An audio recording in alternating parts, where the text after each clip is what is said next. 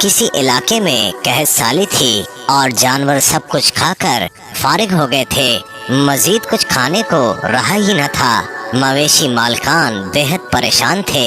उस दौरान एक मस्जिद के मौलवी ने जुम्मे के खुतबे में नहायत यकीन के साथ ये बात बताई कि अल्लाह का नाम लेकर यानी बिस्मिल्लाह पढ़कर दरिया को हुक्म दिया जाए तो वो भी नाफरमानी नहीं करता।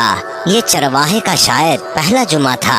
ये बात उसके दिल में उतर गई, यकीन का दर्जा पा गई। उसने वापस आकर अपनी बकरियां खोली और सीधा दरिया पर चला गया।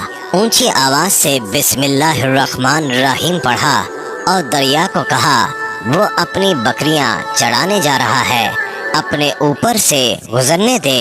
ये कहकर उसने अपनी बकरियों को हाका और दरिया पर चलता हुआ दरिया पार कर गया। इलाका घास से भरा पड़ा हुआ था। दरख्तों के पत्ते भी सलामत थे क्योंकि किसी को यहाँ तक आने की रसाई नहीं थी। अब तो ये उसका मामूल बन गया कि वो बकरियां पार छोड़कर वापस आ जाता और शाम को जाकर बकरियां वापस ले आता। उसकी बकरियों का वजन दुगना चुगना हो गया। लोग चौंक गए और उससे पूछा कि वो अपनी बकरियों को क्या खिलाता है। वो सीधा साधा और साफ दिल नौजवान था। उसने साफ साफ बात बता दी कि जनाब हम तो दरिया पार करके अपनी बकरियां चराने ले जाते हैं।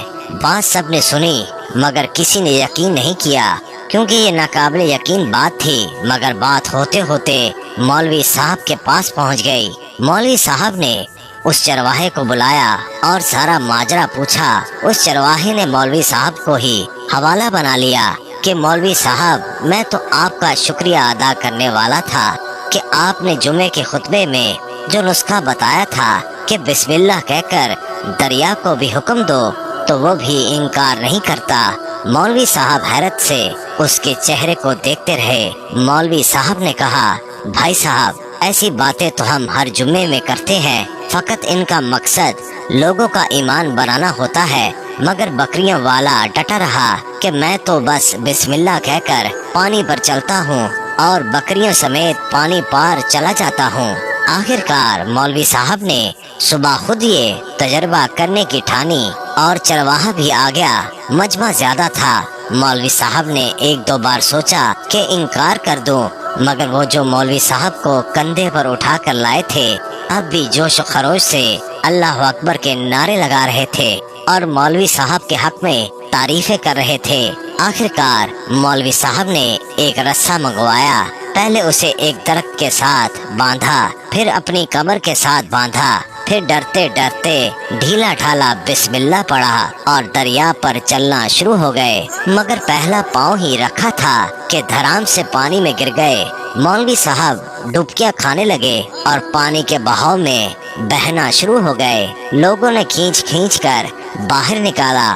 मौलवी साहब की इस हरकत ने चरवाहे को परेशान कर दिया कि मौलवी साहब की बिस्मिल्लाह को ये क्या हो गया है, क्योंकि उसका ये रोज का मामूल था।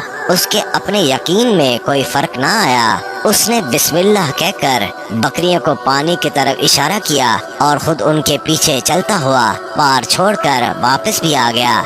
लोग उसे वली अल्लाह समझ रहे थे और उसके हक में नारे लगा रहे थे, मगर वो सबसे बेनियाज सीधा साधा इंसान था। वो मौलवी साहब के पास पहुंचा और कहा मौलवी साहब मैं आपकी बिस्मिल्लाह की तारीफ से काफी परेशान था, मगर पानी पर चलते हुए मुझे आपकी बिस्मिल्लाह की बीमारी का पता चल गया। उस चरवाहे ने दरख्त से बंधी रस्सी की तरफ इशारा किया और कहा मौलवी साहब ये है आपकी बिस्मिल्लाह की बीमारी। आपकी बिस्मिल्लाह की बरकत को ये रस्सा खा गया।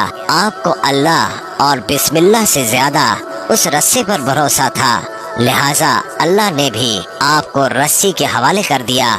मौलवी साहब आप भी कमाल करते हो। मैंने आपके मुंह से सुना और यकीन कर लिया और मेरे अल्लाह ने मेरे यकीन की लाज रख ली, मगर आपने अल्लाह का कलाम सुना मगर यकीन नहीं किया, लिहाजा आपको अल्लाह ने रुस्वा कर दिया।